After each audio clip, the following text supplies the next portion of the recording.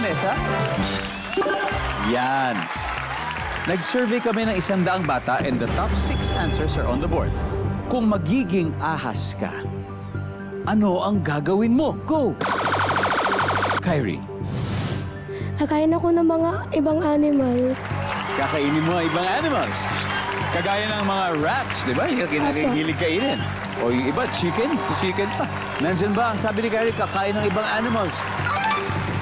Oh. Hahanap ng food. Zia, kung magiging snake ka, ano kaya ang gagawin mo?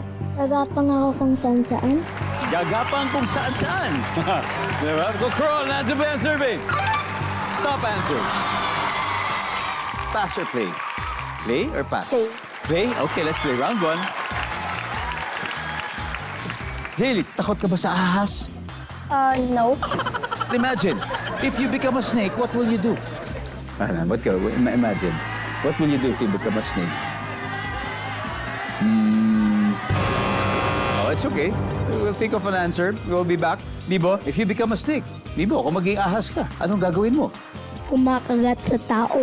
Kumakagat sa tao! Patay tayo dyan! Kakagat sa tao! Survey? Yan. Kaden, if you become a snake, what will you do? Find a place to live. Oh, you'll find a place to live. Wala! So maghahanap siya ng mga may sariling bahay, di ba? Wala! Okay, we'll find a place to live. Yon. Very good. Good, good. Zia, we got 2 more.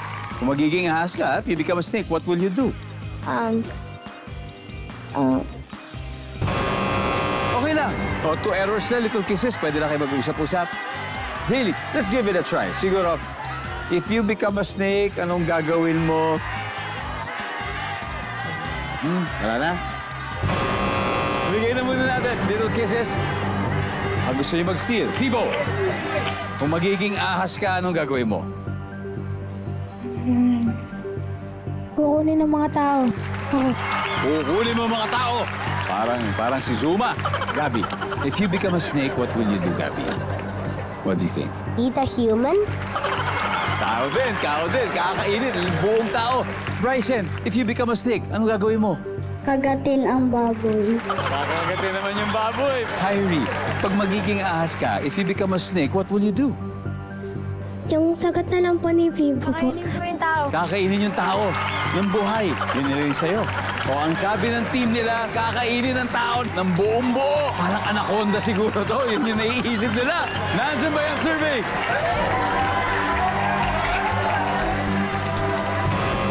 Wala!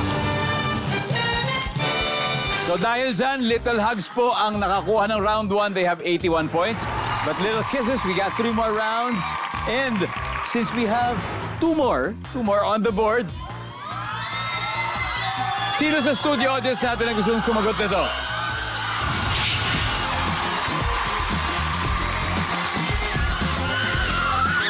Hello. Yeah, okay. Hello, Giselle. Hello, what's your name? Giselle po. Giselle. Okay, Giselle. Kung magiging ahas ka, anong gagawin mo, Giselle? Aakyat po sa puno. Tapos, Gagapang na doon. kakain ng tao. Nasa puno ka na. Oh, andyan ba ang gagapang sa puno? Yan! Hindi naman pala inaantay natin. 1,000, 2, 3,000!